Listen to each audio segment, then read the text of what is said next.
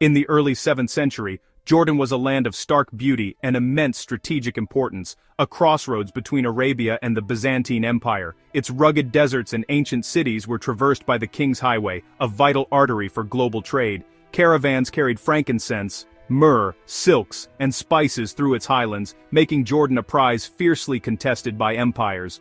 The population was a tapestry of Arab tribes, some nomadic, some settled, alongside Greek-speaking city dwellers.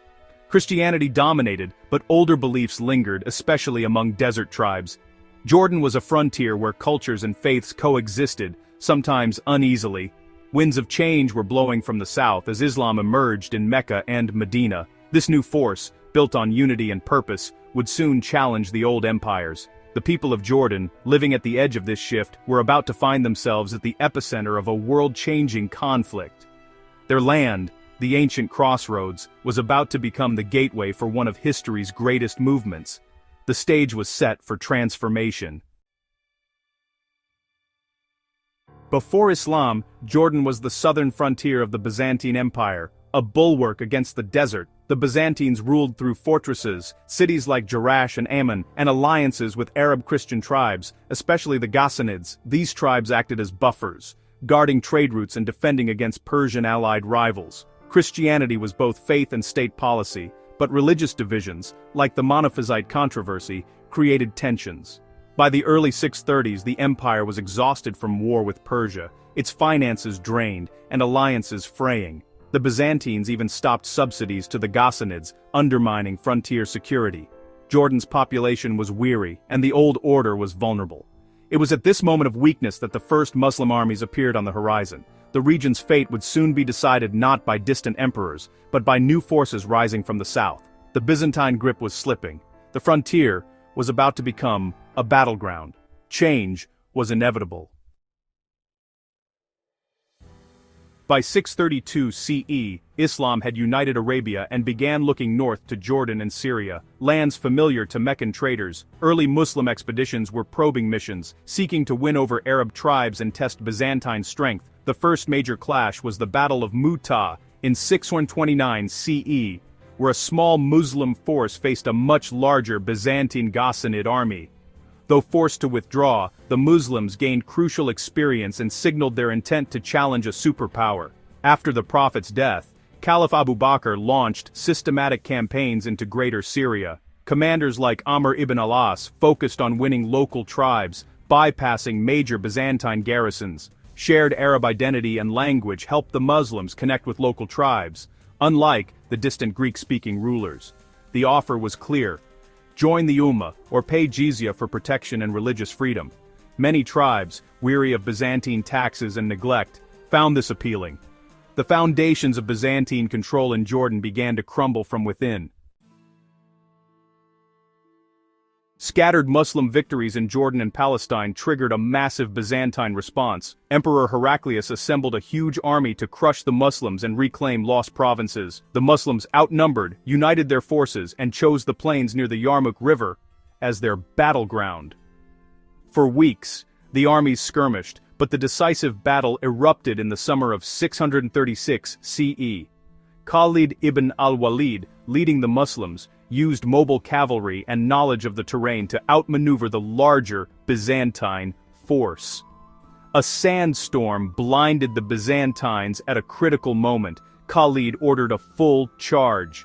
The Byzantine lines broke, many soldiers perished or fled into ravines. The defeat was catastrophic.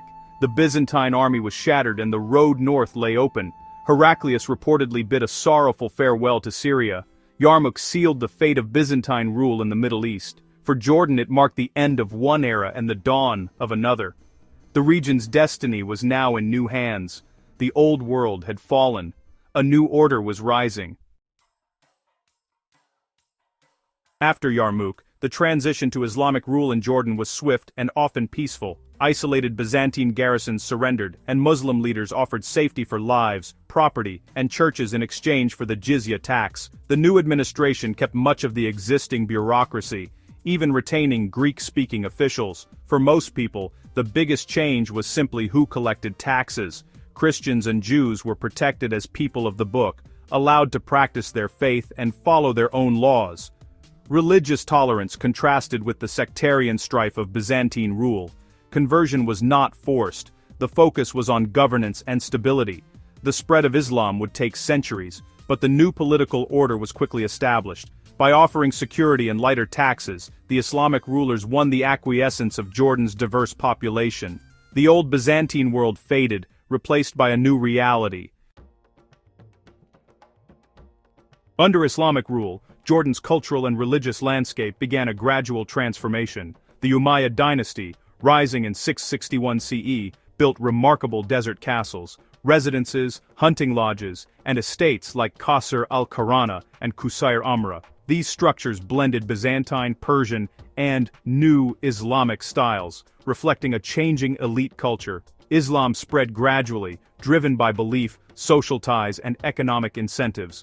Mosques appeared alongside churches, and the call to prayer became part of daily life. Conversion was organic, not forced, unfolding over generations. The most profound change was linguistic. Arabic replaced Greek as the language of administration under the Umayyads. Arabization accelerated, making Arabic the language of power, culture, and religion. This shift unified the region's identity, replacing older divisions. Jordan's new Arab-Islamic character took root. The transformation was deep and lasting. A new era had begun. During the Umayyad Caliphate, Jordan's importance soared. With the capital moved to Damascus, Jordan became a political and economic heartland. Old trade routes thrived, and the region, Jund al-Urdun, became a key military and administrative zone. Umayyad caliphs maintained close ties to Jordan, using desert palaces for governance and tribal diplomacy. The region was a crucial stop on the Hajj pilgrimage route, with infrastructure built to support travelers. Investment brought prosperity and prestige, making this a golden age for Jordan. But when the Abbasids overthrew the Umayyads in 750 CE and shifted the capital to Baghdad, Jordan's prominence faded. The region entered a quieter, more provincial phase. Its brief moment at the empire's heart had ended. The legacy of the Umayyads, however, endured. The arrival of Islam in Jordan was more than conquest, it was a lasting transformation. Jordan shifted from a Byzantine frontier to a core part of the Arab Islamic world. The new civilization built on what came before, blending old and new. Arabic language and Islamic faith unified the region, forging a new identity. Jordan became a vital corridor between Syria and Arabia, a bridge in the Islamic world. The real story lies in gradual change: mosques, palaces, language, and faith. Through this process, Jordan was transformed into an enduring part of the Middle East. Its ancient crossroads role found new meaning in the Islamic era.